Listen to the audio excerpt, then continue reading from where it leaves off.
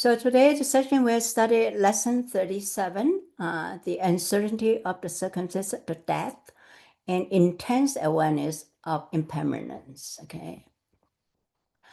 Before we start, we always remember the, excuse me.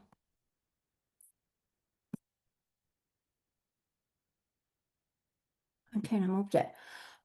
Anyway, so there's three supremes, means whenever we do anything, especially positive actions, there are three things to do. The first, before we start, we arouse bodhicitta in the beginning.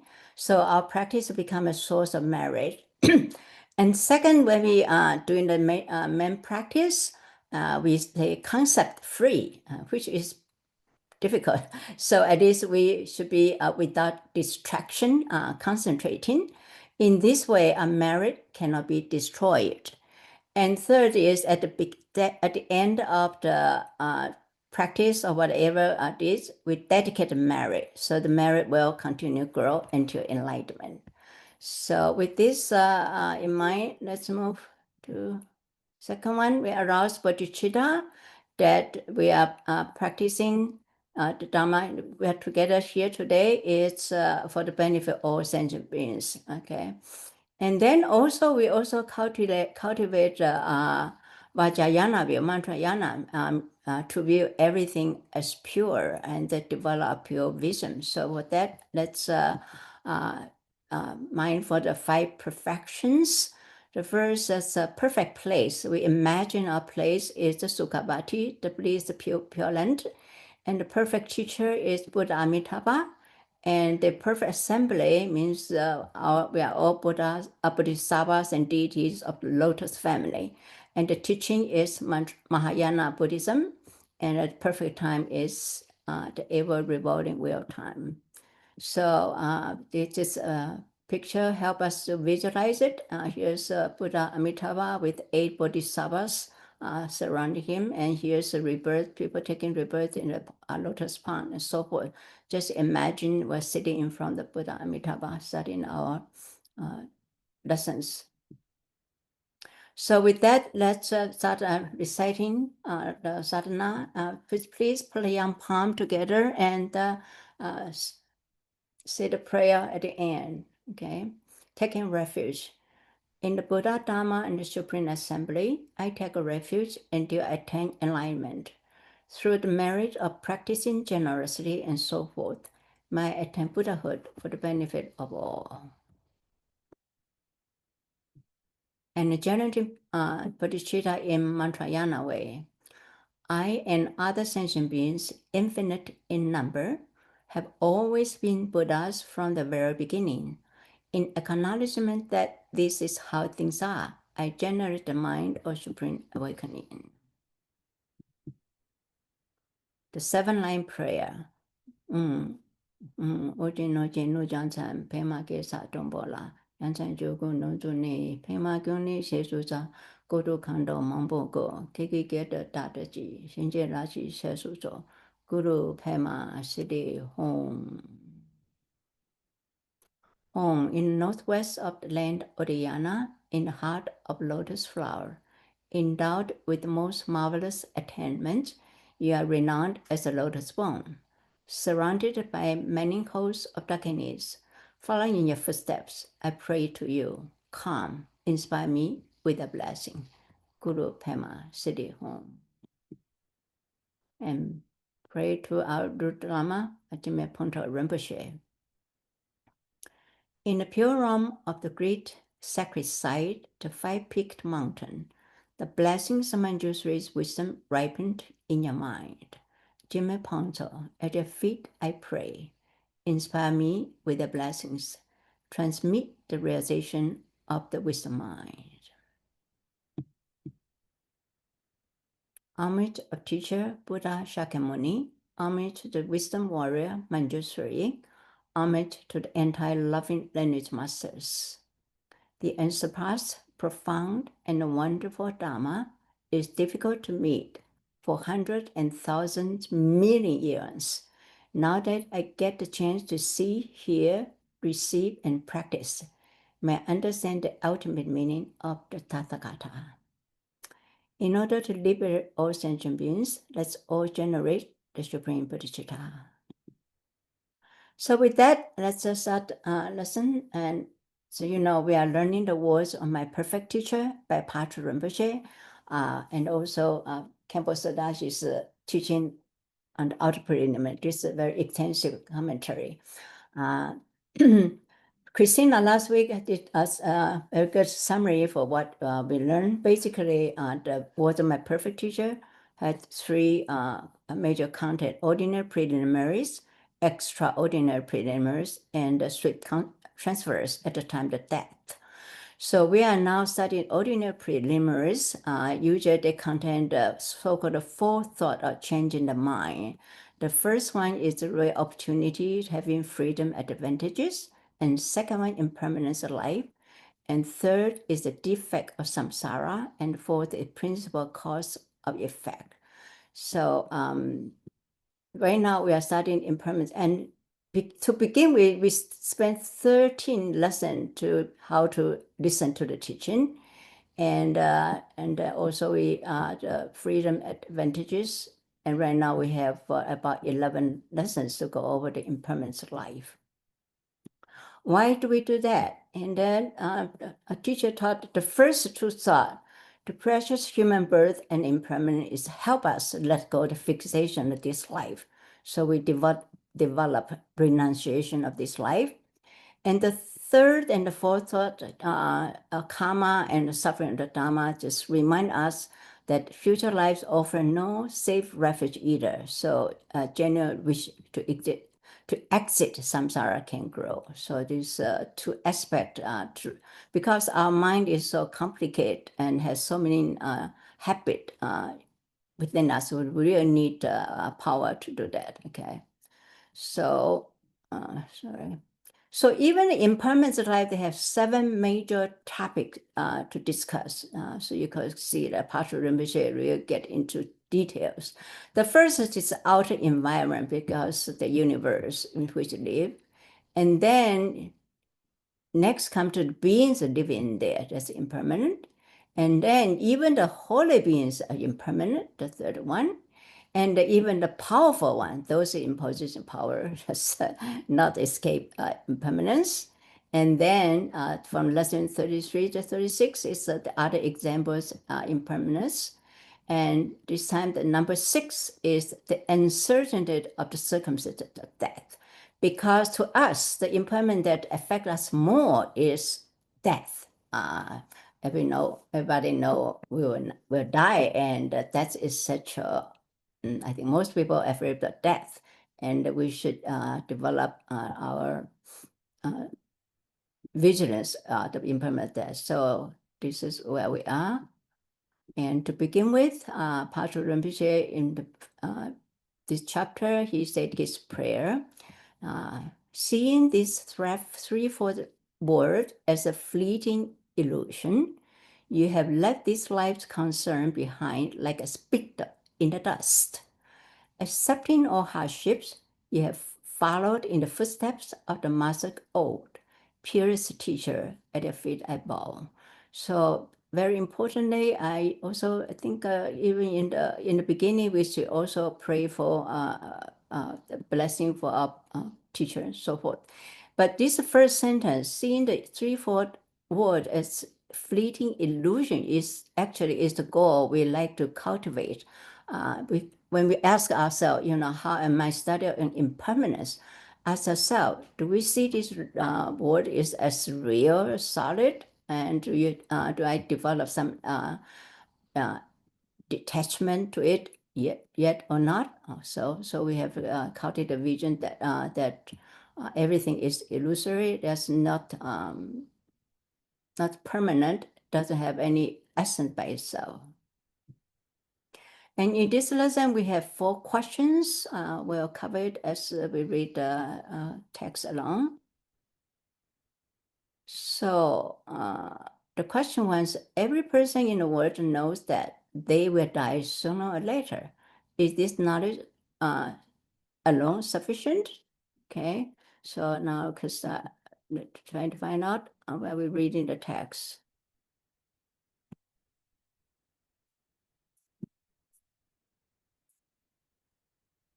Let's see. Anyone want to volunteer to read first? Yeah, I can go first, Sally. Yes, please. Okay. Okay, thank you. Let's continue with the chapter on the impermanence of life, which consists of 7 meditations. Today, we will cover the sixth one. Each meditation on impermanence is crucial. If you regularly engage with the content of the words of my perfect teacher, put it into practice at all times, and consistently experience a sense of impermanence, then your practice will surely succeed. We must fully integrate the Dharma we have learned into our minds rather than simply adhering to its verbal meaning.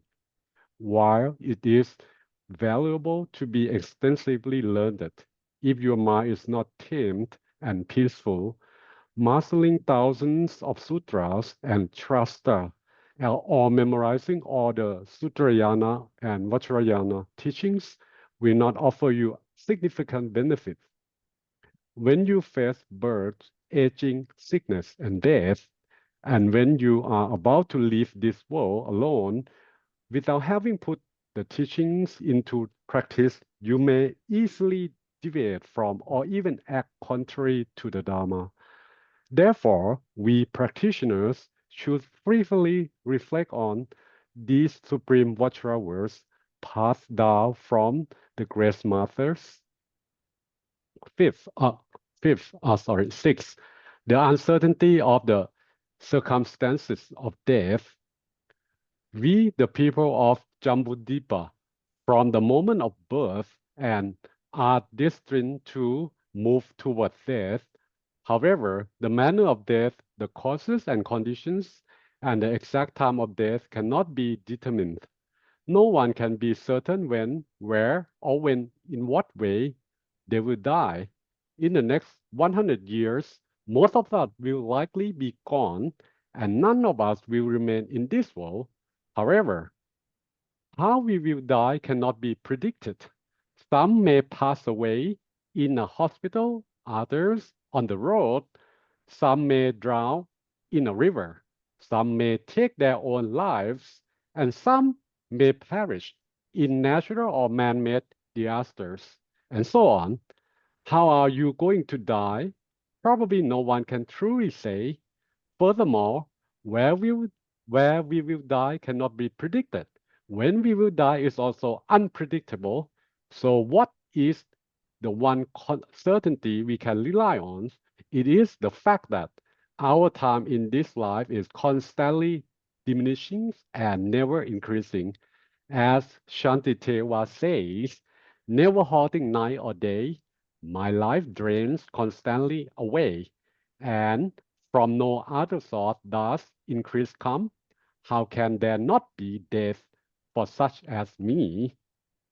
The Bardo teachings and uh, other practical guides use the following analogy about our life. A man slipped over a cliff and is falling into his doom when he grasps a clump of grass that holds his descent. He hangs there, and below him is a deep abyss with a beast opening its mouth ferociously. Soon, a white mouth and a black mouth appear at the and start nibbling on the blades of grass alternately, gradually leaving less glass in the man's hand. Meanwhile, honey drips from a bee nest above him, and 5 drops fall directly into the man's mouth. Wow, how sweet it tastes! He savors the honey so much that he completely forgets the dangerous situation he is in. Our lives are as fragile as the clump of glass the man clings to. The white mouse represents day, and the black mouse represents night, symbolizing the inexorable passage of time by which our lives gradually diminish. The lowlands into which we fall after death is akin to the beast opening its mouth ferociously. Our lives approach their end, and the prospect of our next life is worrisome. However, people remain obsessed with the five worldly desires represented by the honey. How foolish. Okay, thank you very much. You're welcome. So let's see here.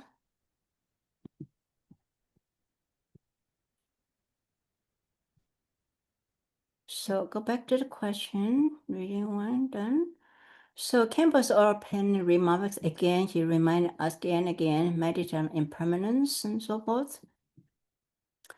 And so anyway, Chong, when you read it, what struck you most?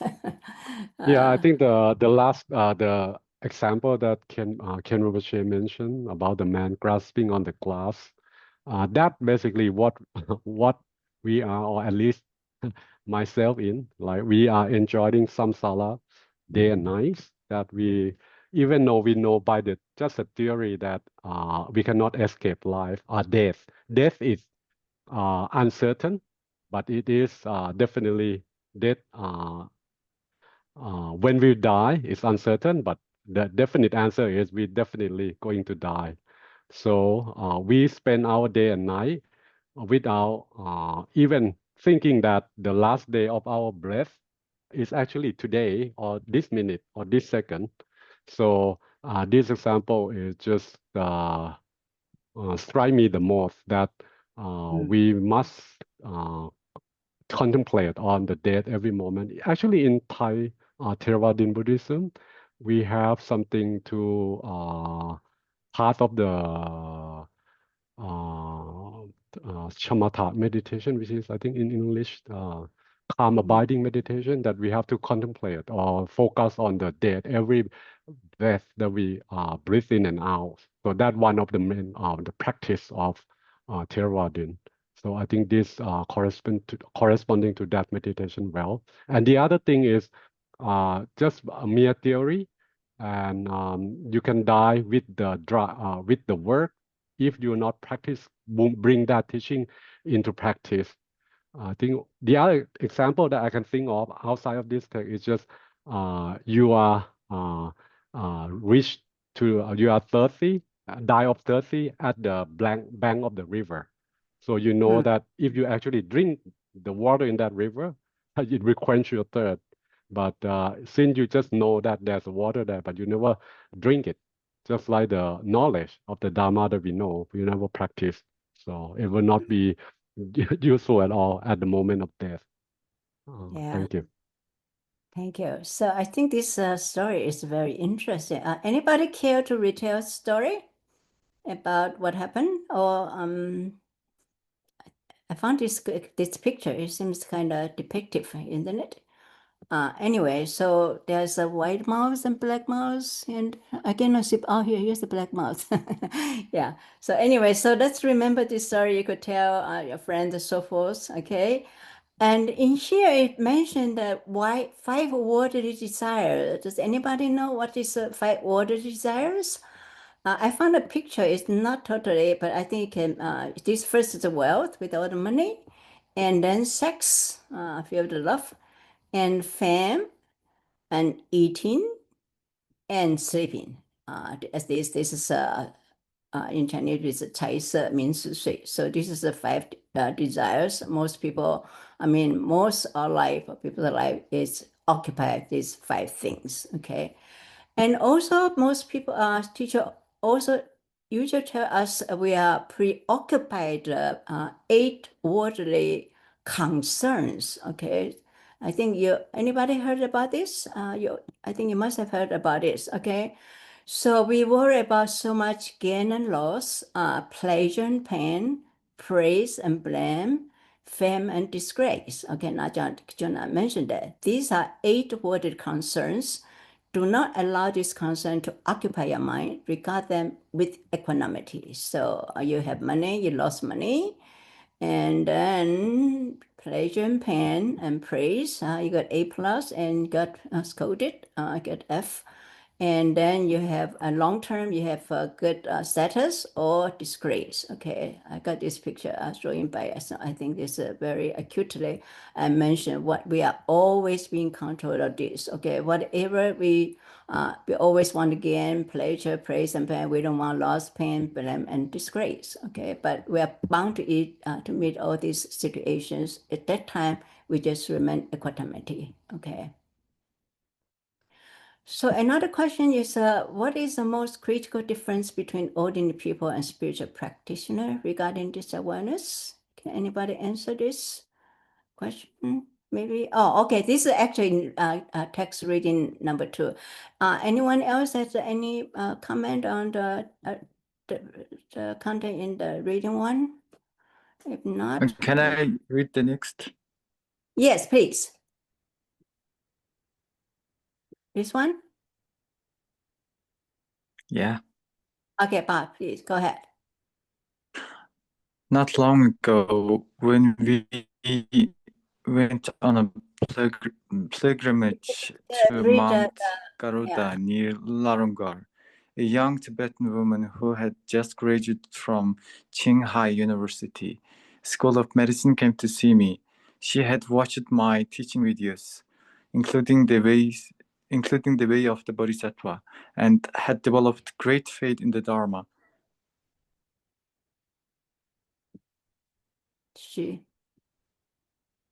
Hello? She truly recognized the rarity of human life and no longer wanted to save her life on worldly pursuits. So she insisted on taking ordination at Larangar. Her mother also came to see me, expressing her support for her daughter and daughter's decision.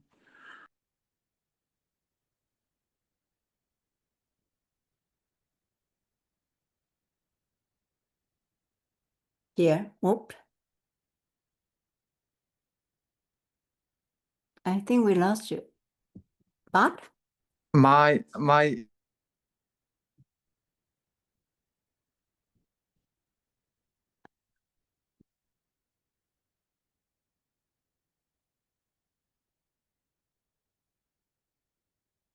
can you unmute yourself? We cannot hear Bart.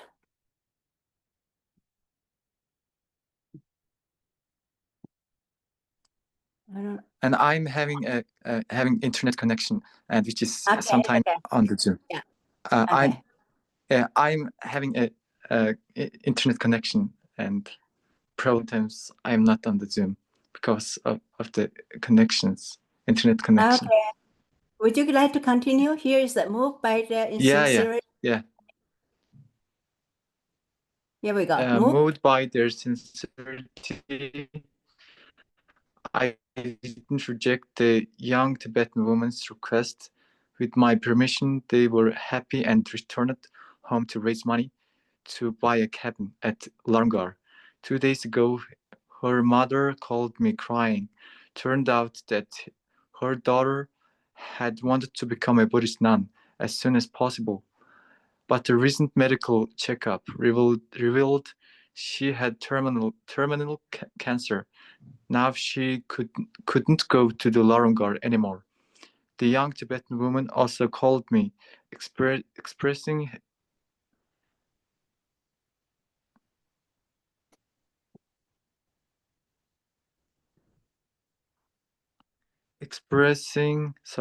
I'm having expressing her gratitude for having studied the Dharma before her death, which made her less afraid of dying. She said she had always wanted to become a nun at Larangar, but it hadn't worked out in this life. She vowed to take ordination under my guidance in her next life. She also mentioned another wish. She had noticed that some senior nuns at Larangar wore ragged shoes, which I also mentioned in my book, Footprints on the Journey, and said that if anyone were to donate money for her medical treatment, she would arrange for the funds to be sent to me after her passing. This way, I could pass it on to senior nuns or use it to help others in need. She said she would dedicate the merit to all beings. Okay, you don't need to the grayish one. Just look read the black one. Okay. Yeah. Okay. I felt sad upon hearing her news. She was only 26 years old, and impermanence came to her far too soon.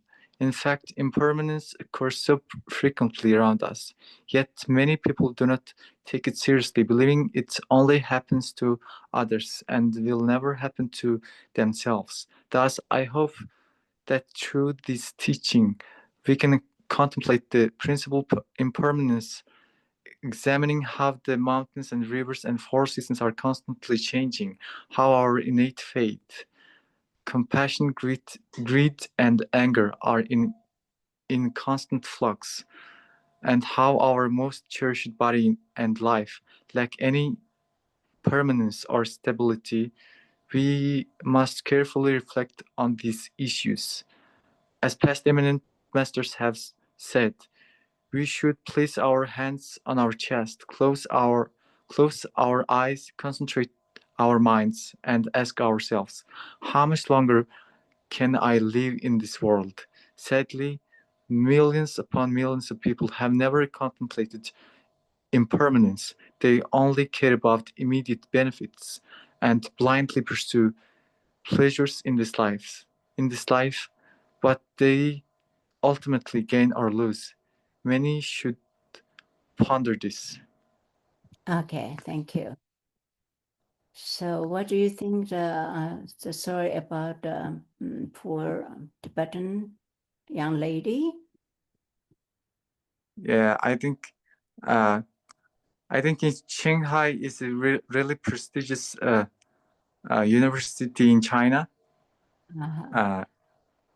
and it's She's a I medical think student. Yeah. Mhm. yeah, Shanghai is a really prestigious university. Mhm.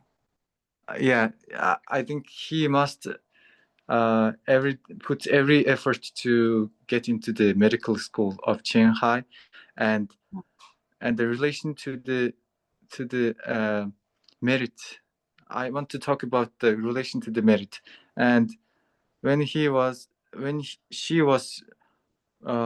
perfectly concentrated on his studies, and was she might be exhausting her merit when he got into the high prestigious university, because the when we are having a happiness or something pleasurable things, experiencing pleasurable things in life, we are exhausting our merits, like the long-lived gods.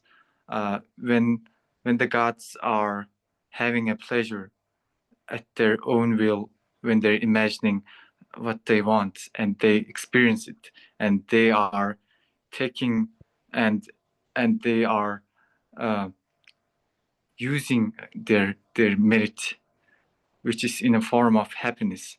And I think she exhausted her merit uh, by going into prestigious university, because we need have much merit to merit and causes and conditions to study that prestigious university. And I That's think interesting. most Okay, go ahead.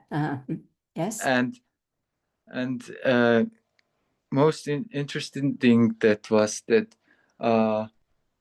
the girl, the woman was not expecting any death, but I think she was thinking about the future becoming a nun, but her plan was fall in the plate on her face, and he their her her plan failed miserably, and he wasn't able to become a Buddhist nun. And Lurs, I think it applies same to me, because I'm in a grade I'm a undergraduate, and I'm studying. I'm a student. I cannot plan my future in a precise manner, and I can die before I can graduate.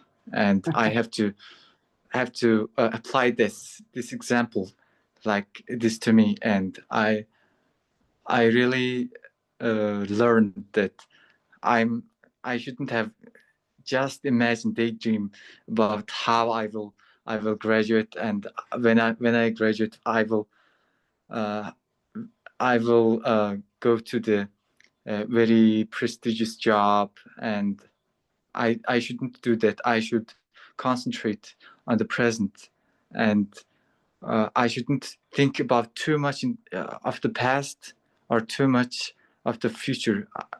And I just have to meditate on permanence, and I can die.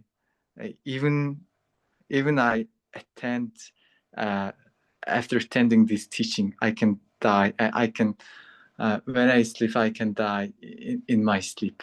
Yeah, that's what I learned.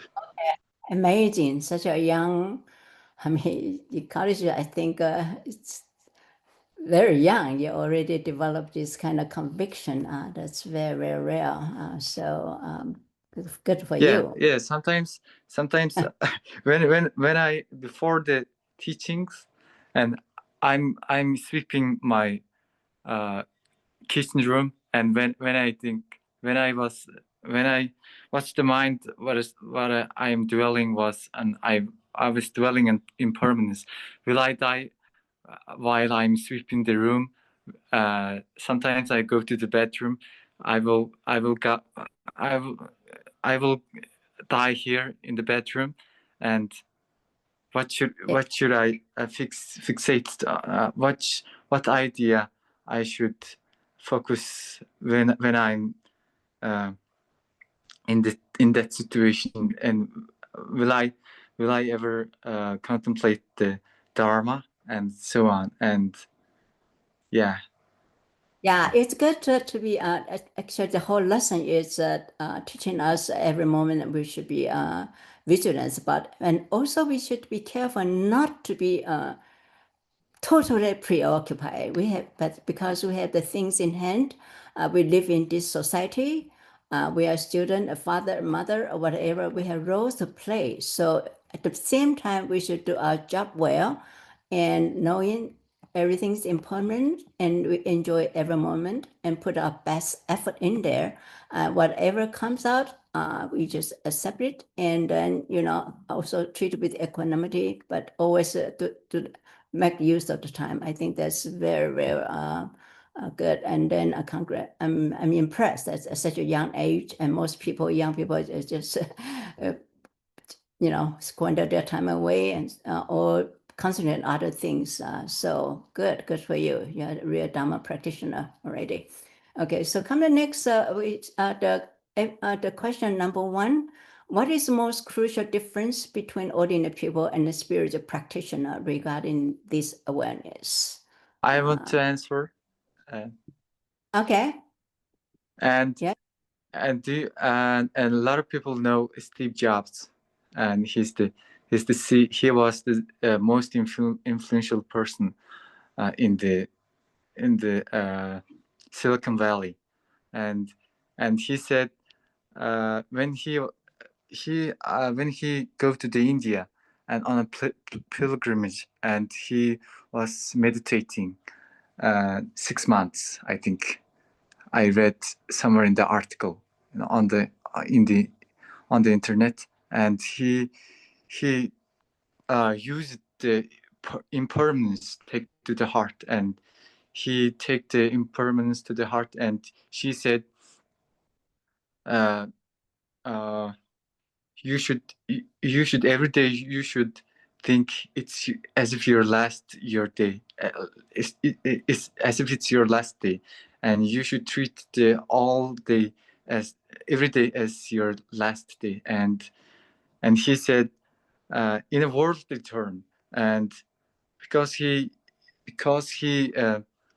remembered the impermanence very well, he accomplished very much in this life. in Okay. in his life, and he got fired from. Okay, thank you for sharing. Okay, but as in regard to what ordinary people and practitioner difference, Campbell says that ordinary people believe that happened to other people will never happen to us. You know, we see people dying left and right, but not think, oh, it's not me. And then most people never contemplate impermanence, and they only care immediate benefit and blindly pursue pleasure this life. So as practitioner, we must examine every change in environment. Campbell mentioned mountains, whatever, and 4 seasons, and our body, and our mood, and our virtue and non-virtue keep changing. And then I think the most relevant, what we really do is ask ourselves, how much longer can I live in this world? And of course, we say, I don't know, but it could be any minute, as Bart has a conviction. So let's hope we develop this conviction in mind and just do not waste our time and put our best effort in whatever we have to do at this moment, okay? So the second question is, please briefly describe how to contemplate the uncertainty of time to death, cultivate awareness of impermanence, and what is an insight. Okay, so we have next, and also, I think all these questions are sort of mix up the whole text, okay? And, okay, let's see, I'm sorry. If you already done text 2, okay, so we should do text reading 3 now, and then come back to these answers, the questions. Any volunteer to read text number 3? Kim? Okay, yeah, okay. In this world, the causes for life are pitifully scarce, while the causes for death are as numerous as the hairs on an ox. As the great master Aryadeva said, causes of death are extremely many.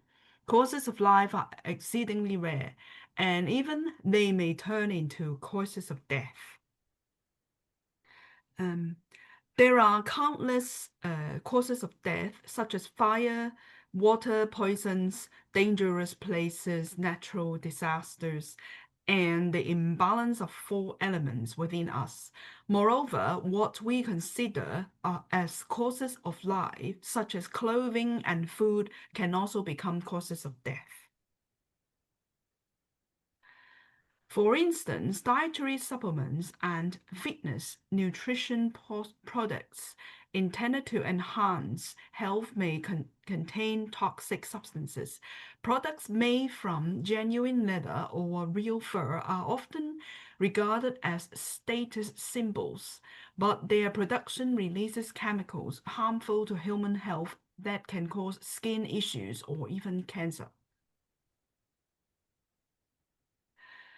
Eating meat in particular can sometimes lead to severe health issues. In 2004, more than 1 million residents of Fushan in the Guangdong province of China were infected with a liver fluke that causes jaundice and serious liver problems. Tibetans also historically consume raw lamb and beef, which harbor numerous bacteria, viruses, and parasites. Chinese, especially those living by the sea, often eat raw seafood such as shrimp and crab, which can lead to infections from lung fluke, liver fluke, intestinal inflammation, hepatitis, and more. Humans are not well suited to consume meat, as it can lead to various diseases that shorten our lifespan. lifespans, while excessive meat intake can potentially cause irreversible cell damage and weakening white blood cells' ability to fight infections. Furthermore, meat consumptions can promote the growth of gut bacteria that release harmful toxins, which can be cancerous and detrimental to health. If we avoid meat, there are no such concerns, so we should strongly promote a vegetarian diet. Moreover, by understanding the law of karma and reading the Suragama Sutra or the Mahayana Mahaparinirvana Sutra, we will recognize the benefits of a vegetarian lifestyle. Even if we don't subscribe to Buddhist beliefs, a vegetarian diet is a cause of longevity, possibly due to a higher intake of dietary fiber. In summary, throughout our lives, we are constantly surrounded by causes of death that are difficult to avoid. Therefore, we should stay vigilant. For example, when driving on a highway, we should keep in mind the teachings of impermanence, as in any second we should be involved in a car accident and no longer be in this world. Similarly, while walking, we might be hit by a car or slip and fall into a river, and it can take just a few minutes to lose our lives. If we lack the awareness of impermanence, we'll continually procrastinate our Dharma practice, postponing it to next year, the year after, or even until retirement. Okay, thank you. So what struck you most when you read this? Vegetarian. Okay, I was going to Yeah. ask you. Yeah. Yeah. I do think, I mean, I begin vegetarian diet, how long? Since June. And I mean, I'm quite enjoying it. And I do recommend everyone to become vegetarians. Yeah, I just think that Yeah.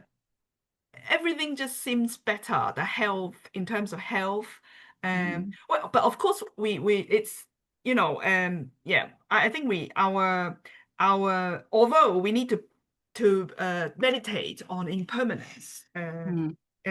from time to time, but we still need to take great care of our health. Because this is our responsibility to look after our body, because this body could bring us liberation, and also can drag us down to the lower realms. But so we need to be take care of our health. So being a vegetarian and a vegetarian diet, keeping a vegetarian diet is recommendable. Yeah, so I think Campbell explained the physiological point from a study of the Japanese doctor, and also the laws and effect. I remember last week we had a lesson talking about a man was eating his father, he turned reborn as a fish because the father loved to eat fish, take the fish from their pond and eat it. And then he reborn as a fish, okay? So you eat me and next time you will be eaten. You eat some others. That's a law of cause and effect. Another thing we also have to remember, the environmental impact is also very important, because to raise a cow and so forth, it takes so much water and energy for raising these animals, okay?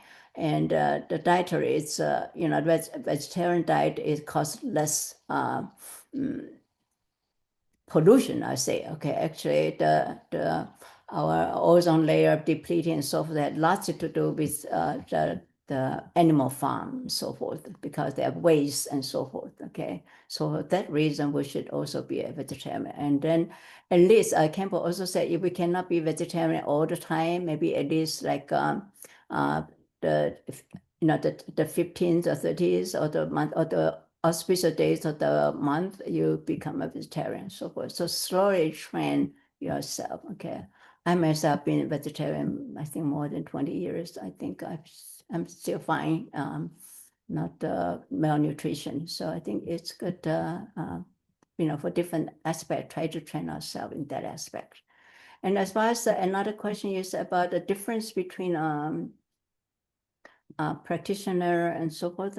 Did I read this? Okay, practitioner counseling exam. Okay, that we must do, and all this, we must do this. And then all the causes of death are numerous, causes of life are few. I think the most one is what we consider causes of life can also become cause of death, such as poisoned food, and then dietary supplement, and some other many people taking the dietary supplement, but because it's not regulated, they can claim anything they want. So and also, we must also be careful about it.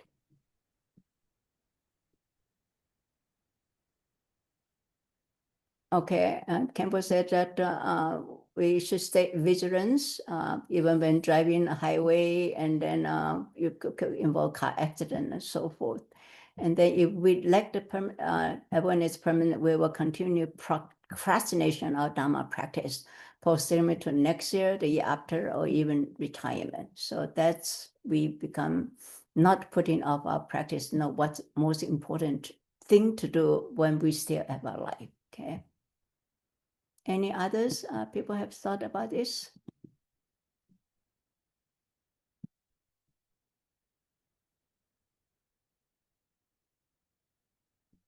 Sanu, are you here?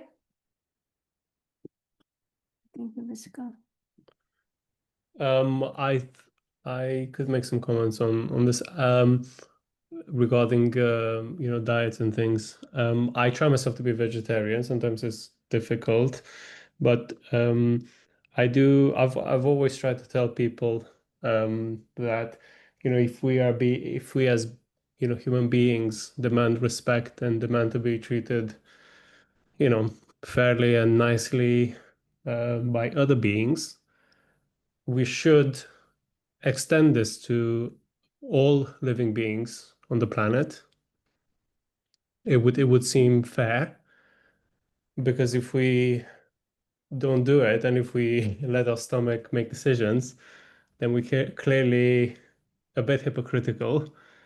And it's not, I don't know, it just not fully reflecting on the fact that we demand ourselves not to be eaten. And I've always said, like, let's say that it may be a silly example that a more intelligent civilization all of a sudden invades Earth and sees human beings as chickens, and all of a sudden human farms start springing up across the planet, then surely we'll have a problem with that. But we don't have a problem creating all of this suffering for birds and all animals on Earth. And I think people occasionally may look at the video on YouTube and see what people do to these animals, and what kind of suffering we do to these animals, ultimately to get them on our plate in front of us, and we gobble the animal up without giving a second thought. But we may see a video for a day or two, we may think, oh, that's really, really bad, I'm going to stop eating animals. But then all of a sudden, the fact that we don't reflect on this long term, we just fall into that bad habit. So it's really sad to know that we promote this kind of suffering on Earth, and we don't give enough attention to these kinds of things. You drive on the motorway and you have all of this. I mean, for me, because I'm driving down south quite regularly, and now it's become, throughout my journey, I have a very intense smell of farms in my nose, which kind of permeates the whole drive, and it just makes me extremely sad to feel that we are farming a lot of animals, and we are killing a lot, and we are causing a lot of suffering. So yeah, that's what I wanted to say. Thank you. Yeah, thank you for sharing. Yeah, actually, humans are very ingenious, raising chicken, cows like a factory. They cramp into a small area and so forth. if we watch how they raise the animal, really we will get shocked. Okay, so I think what we can do is just slowly decrease the amount, thinking that it's good for my health and good for everyone. And also, while we're eating meat, we should have a sense of gratitude. Thank you for providing me the food, sustain my life. May I have a chance? I dedicate all my merit to you, and so forth. Because Bodhisattva, when they make vows, whoever connected with me, positive or negative, it means, maybe they say bad things to us, or maybe we eating their meat, but there is connections made. So if we made this connection, through this connection, may I, maybe become practitioners together, and may I benefit in next life, whatever way. Okay, if not my meat, maybe I benefit by my Dharma study, because you help to sustain my life that I can study. Okay, and so try to turn the mind with a sense of gratitude, and not like take it for granted the meat come to my plate. Okay. Another thing also, vegetarians should not become proud of it. Oh, I am vegetarian. Everybody should be vegetarian. Okay, that's not the right attitude, because of the lifestyle choice. And also, don't think you don't kill living being, you eat vegetable. And actually, in the was my perfect teacher explained in the back. When you raise, you have dig the ground, you kill so many living beings under the ground. The earthworm practically cut, the body was chopped up in many parts and so forth.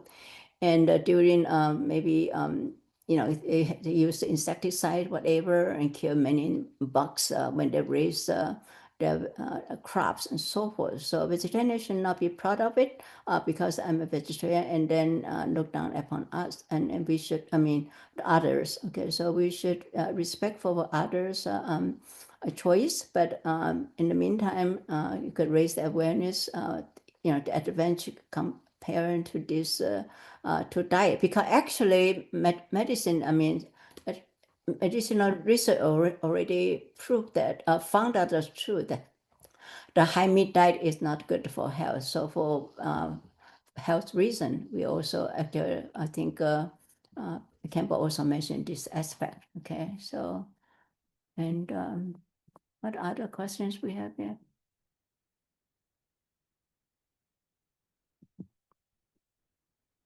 Anyone else anything to say about this reading, Kim? Well, The condition was in life exceeding scale, what the condition living death is numerous. Yeah. Okay. Just we can't die anymore. Yeah. Go ahead. You want to say something? Yes. no. Okay. You mean process of death? Are you talking about someone else? Okay. And also reckless behavior, and then also people commit suicide and so forth. Actually, suicide is the worst way, and because the first one you're committing killing a being, yourself is the killing, and then suicide, people always come back to the moment they die. I think the people commit suicide, they did not know the consciousness continues. They'll continue. They think to destroy this body, then that's the end. Or that's not. If that would be wonderful, but it's not that case. We have to mind continues, and the consequence of our action going to bear fruit in any time. Okay, so that we had to be aware of it. Okay, so let's move to the next topics. I think it's 4. Am I correct?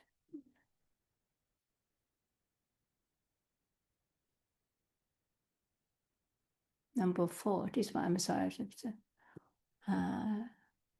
Yulin, could you read? Yes, of course.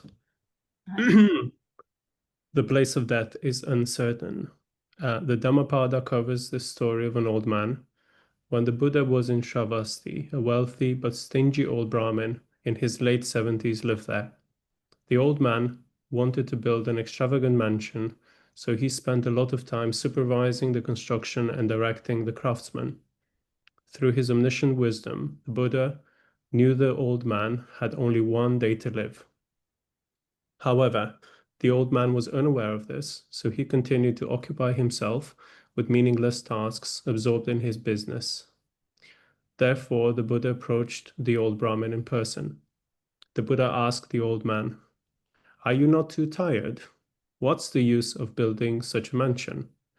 The old Brahmin replied proudly, "In the front of this mansion is the living room, in the back is my bedroom, and on the east and west sides are the rooms for my family, children, and servants. There is a veranda where we can cool off in the summer, and a solarium where we can stay warm in the winter. What a comfortable residence." The Buddha said, "Nice, nice, but I have verses for you. Will you pause your work, sit down, and listen to me?" The old Brahmin replied, "I'm too busy to hear your verses. I will talk to you in a few days. If you have anything important to say, just tell me briefly." The Buddha said, "Your plans for the future are good, and you may consider yourself a wise man, but what you do not realize is the impermanence comes swiftly, and you will soon leave this world. Yet you continue to keep yourself busy with meaningless activities. Nothing is more ignorant than this." Hearing the Buddha's words, the old Brahmin said, "What you have said indeed makes sense, but I am too busy today, so I will talk to you later." The old man was very stubborn, and the Buddha couldn't persuade him to change his mind. Shortly after the Buddha left, the old Brahmin walked beneath a rafter that fell and struck his head, killing him instantly. Many seniors behave like the old Brahmin, as if they will live for hundreds of years. Each day they focus solely on making plans for their children and grandchildren, which is rather unwise. Therefore, each of us should always consider how long we can continue to live. By doing so, we won't cling excessively to fame, wealth, and relationships, even at the cost of our lives. If you practice the concept of impermanence well, you will develop the mental strength to face illnesses and pain bravely, and you won't be devastated when accidents befall your family and friends. Buddhists should focus solely on external appearances. Buddhists shouldn't focus solely on external appearances and formalities. Instead, we should delve deeply into the teachings. The Dharma not only encompasses the ultimate truth of everything, but also encourages us to put the Buddha's teachings into real practice. Thus, practitioners can cultivate their inner experience to varying degrees as they practice the Dharma. This is what makes Buddhism truly remarkable. Thank you. So how do you think about the story about old Brahmin? It's a very interesting story, and I feel that even sometimes we can be so preoccupied with our worldly concerns and our worldly missions and aims that even if somebody that we know is enlightened and tells us straight to our face, "Look, you have to change your ways. There's something wrong here," we still cannot escape the ignorance of that, of what we're doing, and we still cannot, change our ways. And I certainly see this in my own practice, where, for example, let's say I've spent some, skillful days where I've kind of read, I've kind of studied a bit of Dharma, and I have this maybe very profound, not very profound, but I have a very significant feeling of this is absolutely true, the impermanence, and I read about, other important things. And then, 2 weeks later, I feel like I haven't learned anything at all because, I find myself caught in worldly pursuits and concerns, and I feel that that's sort of taken over me. And it's sort of like, the book telling me, or whatever I read, or what I'm being taught is telling me what I need to do, yet still I get kind of I get distracted, and I lose that insight. And I think it's important to keep contact with what is skillful and what we need to do, what we have learned, and continue building on top of it, so we don't allow the whatever we've learned to fade away. It's hard. Not sure if that makes sense. Make a lot of sense. Yeah, exactly. I don't know. I think the Buddha didn't tell the Brahmin, he has only one day left to live. I wonder, we could ask ourselves, if I know that I'm going to die tomorrow, what am I going to do today? I think that's very important. And then I think all this practice is help us to face death, to be prepared. I think that's the most important thing to do. Okay. I think one test is like, I think some Dharma teacher, Fast at the academy said that, for instance, when you walk down your house and so forth, you miss one step and you fell. Okay. Also, maybe also you tripped. At that time, what happened? What are you thinking? And you say, down, it's just sweating or something. Oh, mommy, oh my God, how do I fall? And then what your first thought about it, okay?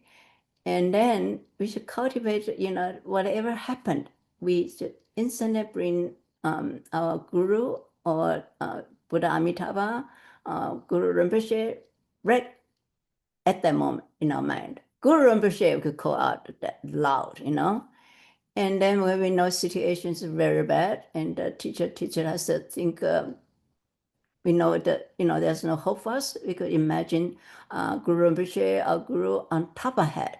And then we just thinking our mind, looking up to them, and at least we look upwards. So we send our consciousness. It's those kind of power practice.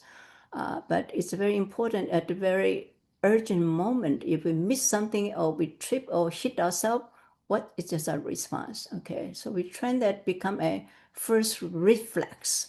When something happens, we call out a guru. We call it a Guru Rinpoche. Okay, and then we have more time. We could do some prayer and so forth. I think that all our practice, at the last moment. And also I mentioned many times, and teacher also teach us that the time of death it's once in a lifetime to attain realization, literally. Because when the time of death, our, the solid thing, earth, water, fire, air, leave us, and our consciousness all leave us. What left is our Buddha nature, wide open. Okay, so at that time we could recognize it's called mother luminosity, and we could recognize that, know that, and then we gain liberation. I think that scripture says every living being, when they die, they have this experience. But for practitioner, they can last 1 day, 2 days, even 7 days or longer. And for most people, they just 1 minute, 1 second, it's gone. We don't recognize, and then we go back to confusion. So, I think you all heard that, when great lamas died, they could sit in meditation, tuktan posture, their body, heart still remain warm. They are still in meditation. That's one sign they have to realize luminosity at the time of death. And I don't know if anybody read the book of Mingyur Rinpoche's In Love of the World. Mingyur Rinpoche, once he left his monastery secretly at night, and just not bring toothbrush even, just walk out like every day, maybe just a few sadhana, a little money. And then, and he never handled, in his life, there's never a moment no one attending him. So it's really, really great adventure for him. He's very brave in that sense. Anyway, he almost died, when I first read the news, I said, okay, so what big deal? And then I read about it. Excuse me, I read that actually the moment that is the time of liberation. So let's work on that and prepare ourselves for that great moment, okay? And we won't be afraid of that. That's most important. We are prepared, okay? Anyone else that wants to say about this?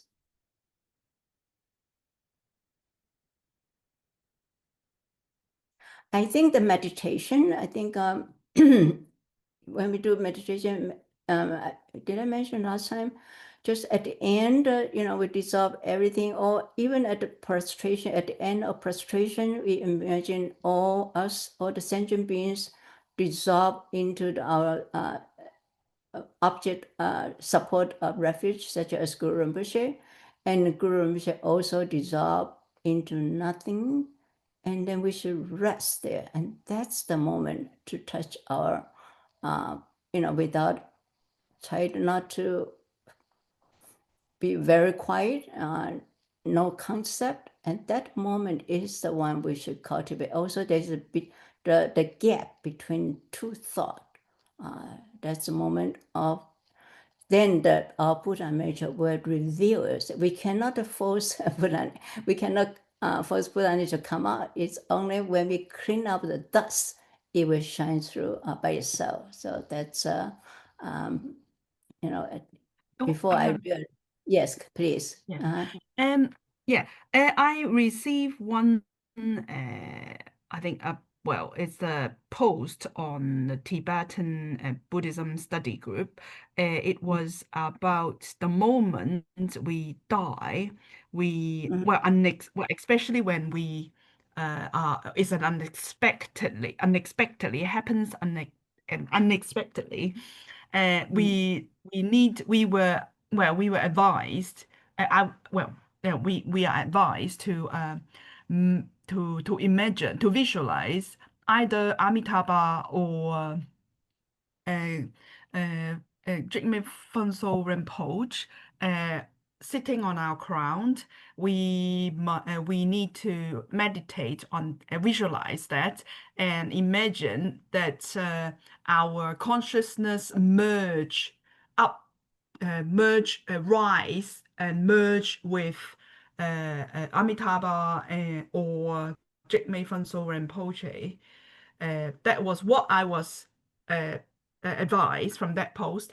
But then I have a second questions, which is, which one would you choose to imagine, to visualize? Will you visualize Jigme Phunso Rinpoche or Amitabha? I mean, to me, I'll be visualizing a Jigme Phunso Rinpoche. But then, but what about you? What would you do? This is my question. This is a personal choice, but remember, all the deities, in essence, they are the same.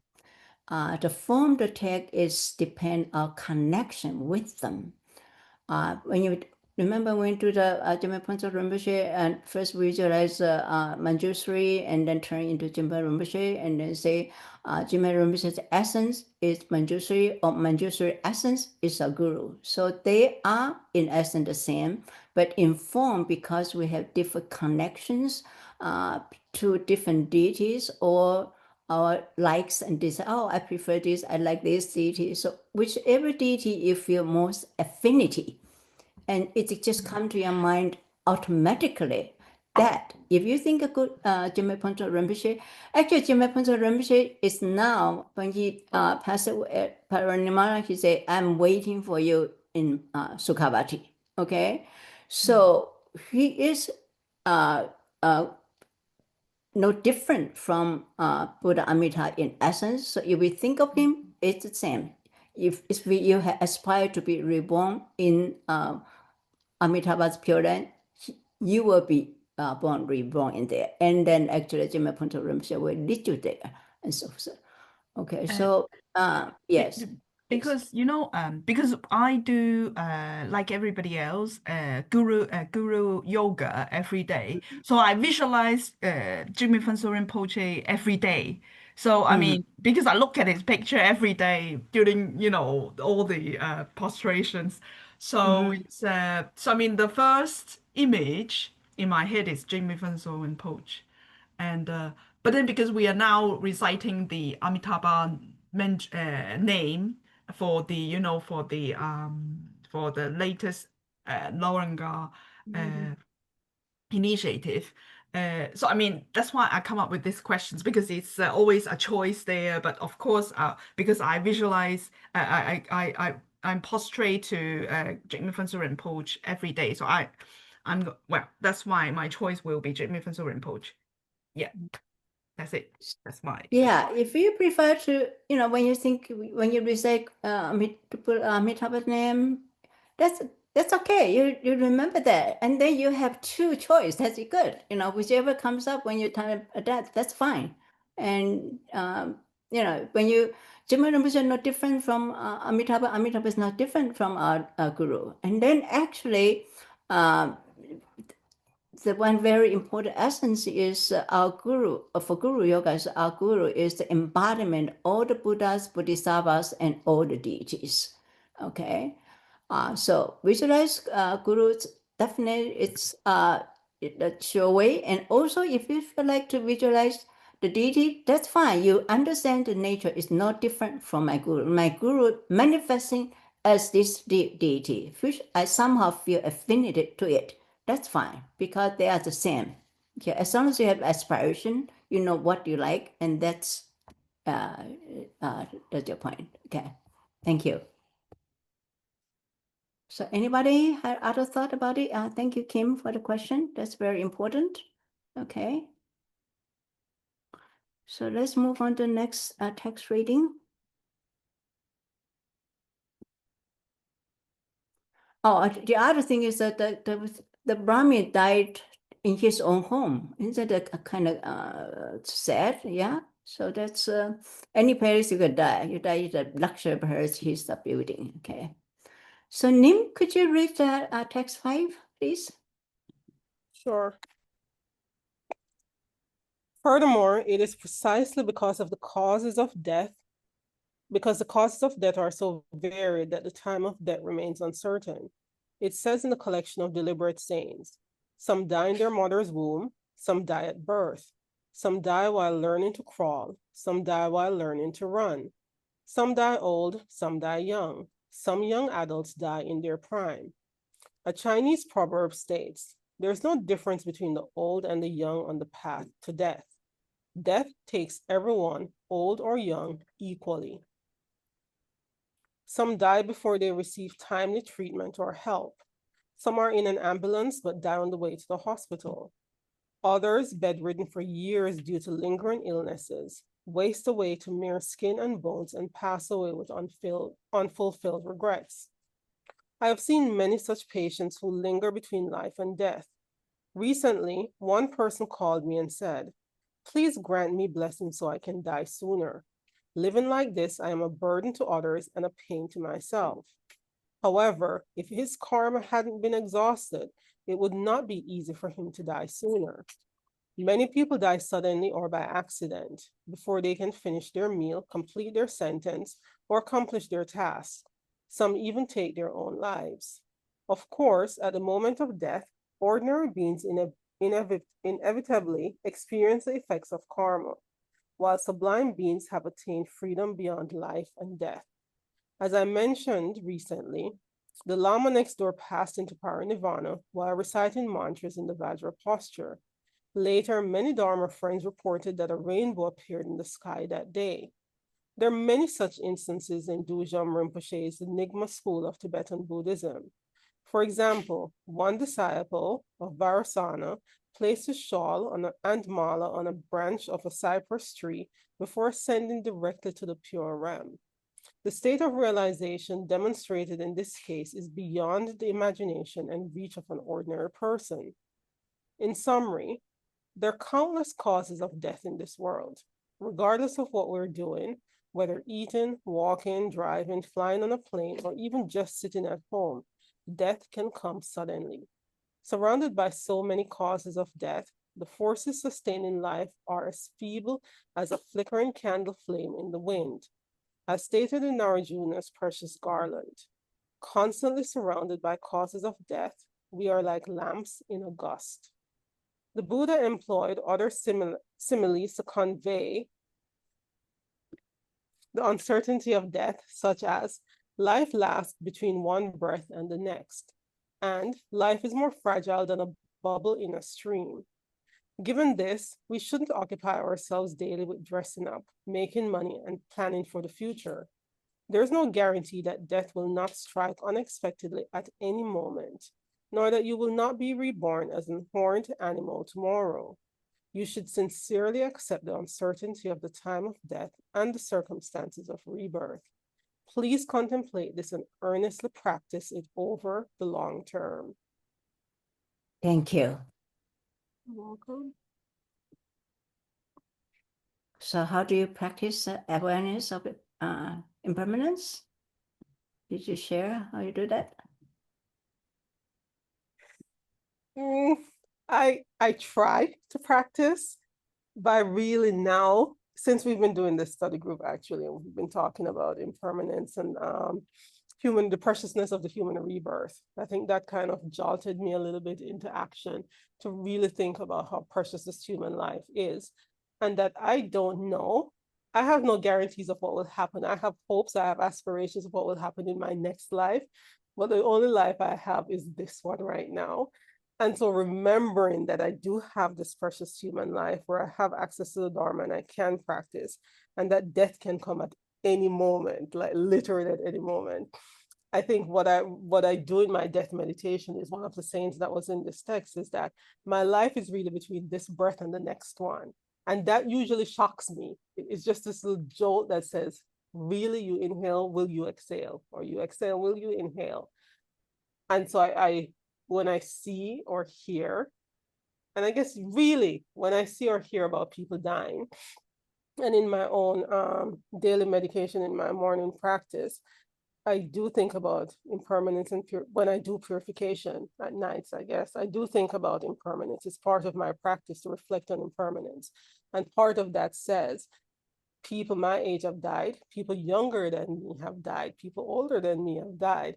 My death, the time of my death and the circumstances are uncertain. And so every day as part of my practice, I do that. Some days I'm seriously observing it and I'm really reflecting on it. On other days, it's just a saying that I do, just rhetorical, but it is there. And so I think my mind now is more present to the fact that everything is impermanent, especially my life. And I really do need to make the best use of the time I have right this minute. Okay, thank you very much. Yeah. So thanks. That's you're also very vigilant about your practice. I think that's good for you. I rejoice in that, and you know, I think it's good to wait for sleep too. If we keep on thinking what happened today, you know, what happened, what I do the next, then you cannot fall asleep. So that's a good thing to remind ourselves and to fall asleep. Okay, so the last reading, who would like to read? Choyin, you started. You want to finish this one too? Sure, of course. Meditate single-mindedly on death, reflecting that every action, whether walking, standing, sitting, or lying down, could be your last in this life. Speak and contemplate it with utter conviction. When traveling, consider the possibility of dying away from home without the chance to return. My practice on this is inadequate. Whenever I leave Lalungar for elsewhere, I ponder impermanent, feeling I might not return. However, when I walked from my cabin to the Dharma hall a few minutes ago to give teachings, I felt certain that I would return to my cabin after class. Thus, it seems that when I travel far, I contemplate death, whereas when I leave my cabin briefly, I hardly think about it.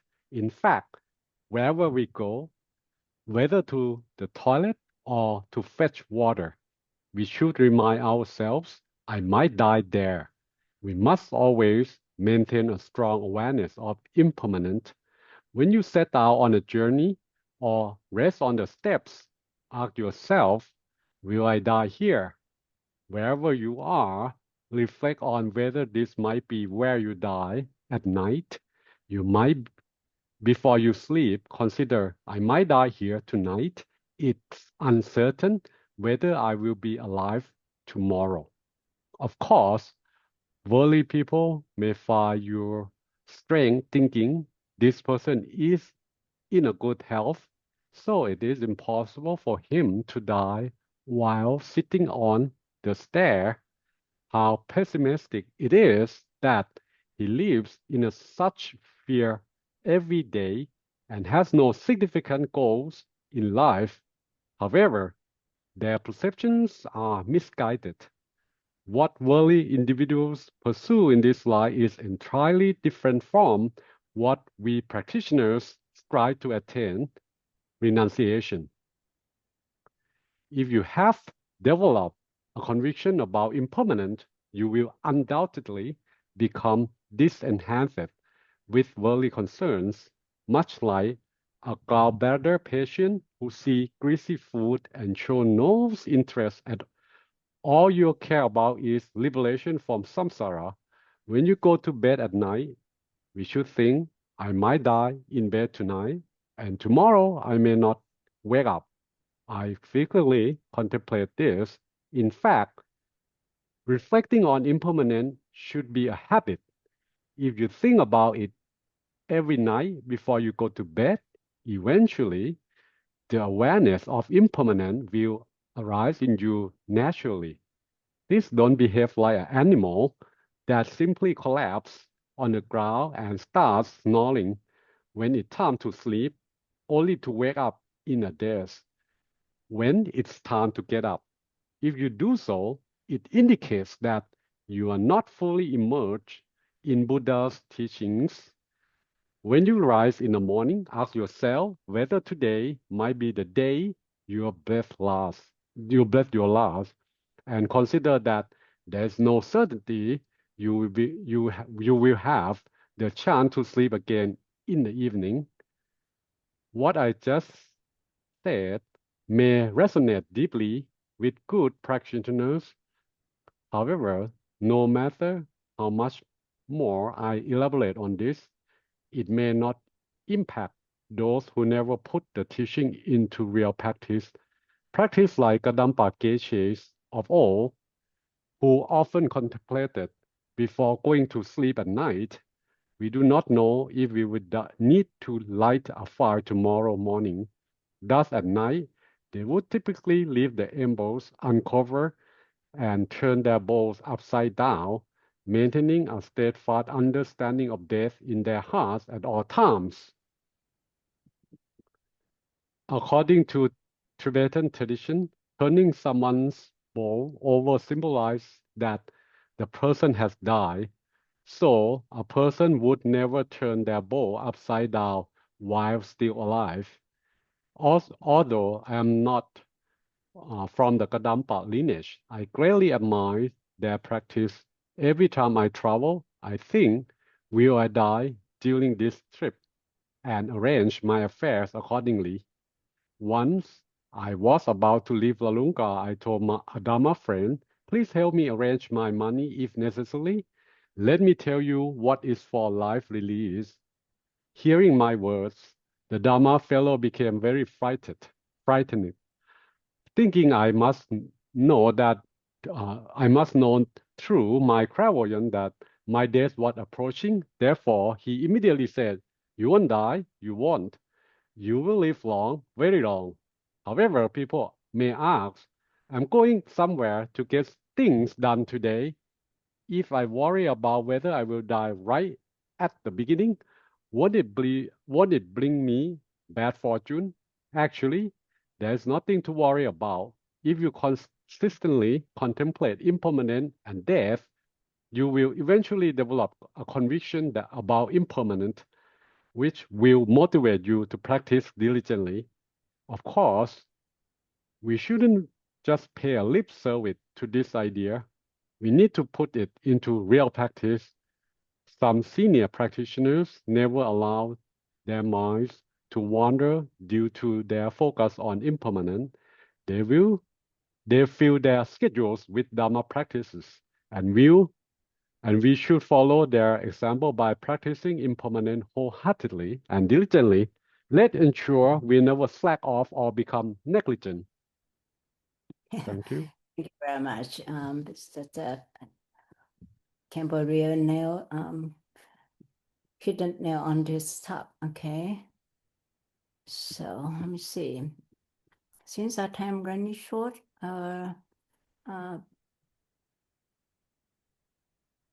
okay, the question asked if we keep on thinking that we'll die any moment, is it not a bad way to not auspicious?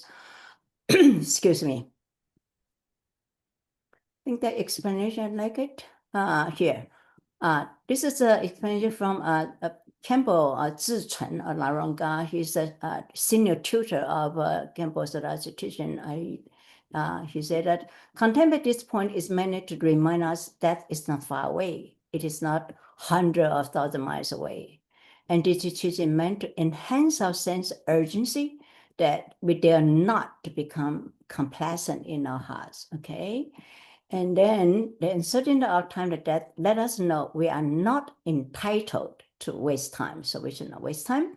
And we should strive to practice the Dharma as much as possible when death comes, okay? Another point is we should prepare for that. I think at least when we die, we have no regrets, okay? Another point he raised, I think is very important, we should remind ourselves, is we should always pray to our Guru and enlightened beings, okay? And he said, when our spiritual progress is slow, we can pray to our Guru and Buddhas, Bodhisattvas for their blessing and assistance in our practice, okay? The Guru and Buddhas have both the ability and intention to help us. It is great waste if we do not utilize the available resource, okay? And we might not think the Guru and the Buddhas, Bodhisattva blessing are not important, and that we will rely solely on our own effort. This is unnecessary, and we should not be overconfident in our own abilities. So always remember a Guru, Buddha's blessings, and then they will reply our prayers, okay? And some people might wonder why would the nun die? And Abad mentioned that it could be it's also the good fortune, but this or the death maybe cause a condition come over, okay? Because in the heart we have created many karmas, killing and harming sentient beings. Some of these karma have ripened, where others have not yet ripened, and they are like time bombs buried in our mind, and we do not know when they will explode, okay? And once karma ripens, if we are walking on a bridge, we may die on a bridge. Lie in a bed, you die in bed. And in the bathroom, you die there. Somebody died in the bathroom, I heard that. Okay, therefore, no one can determine what with certainty the time, place, manner, and cause of that death. So actually the death is caused by ripening our karma, not bad luck or anything. Okay. Hi. Yes, Hello. please. I remember there was a Zen master. He did. People asked him about sitting meditation. He said, "Sitting meditation is the time. What people asked him what did he do during sitting meditation, and he explained sitting meditations is the time when we enjoy sitting and to be aware of." We are still alive, and being alive is a miracle. I think this statement really struck me. Struck me. Is that correct? The right word? It's impressed or it struck me because apart from contemplating on the impermanence, we could die any moment. Also, to look at this in a more positive perspective, that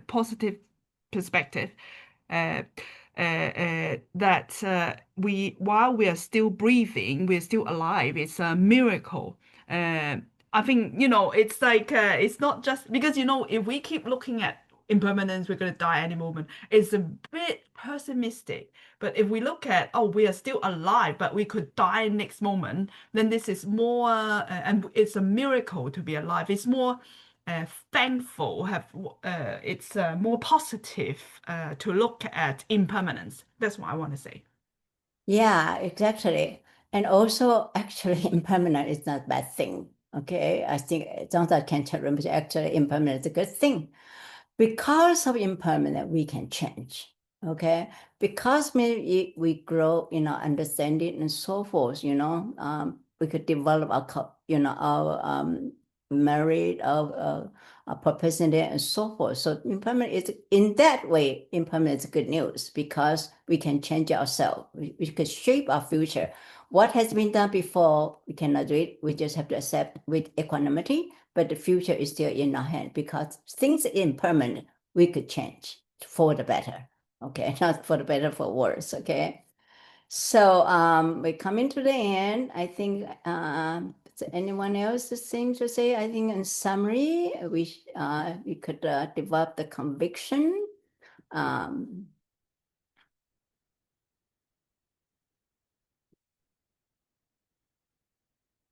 Here we go. First, I'm sorry.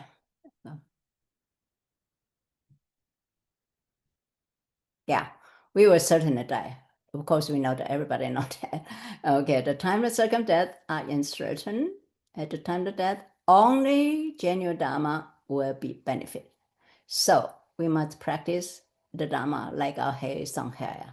I got this picture from the magazine and like it. It's a very descriptive. Okay, so that's all. Remember, what do you do when your fire is on fire? Hair is on fire like this, okay?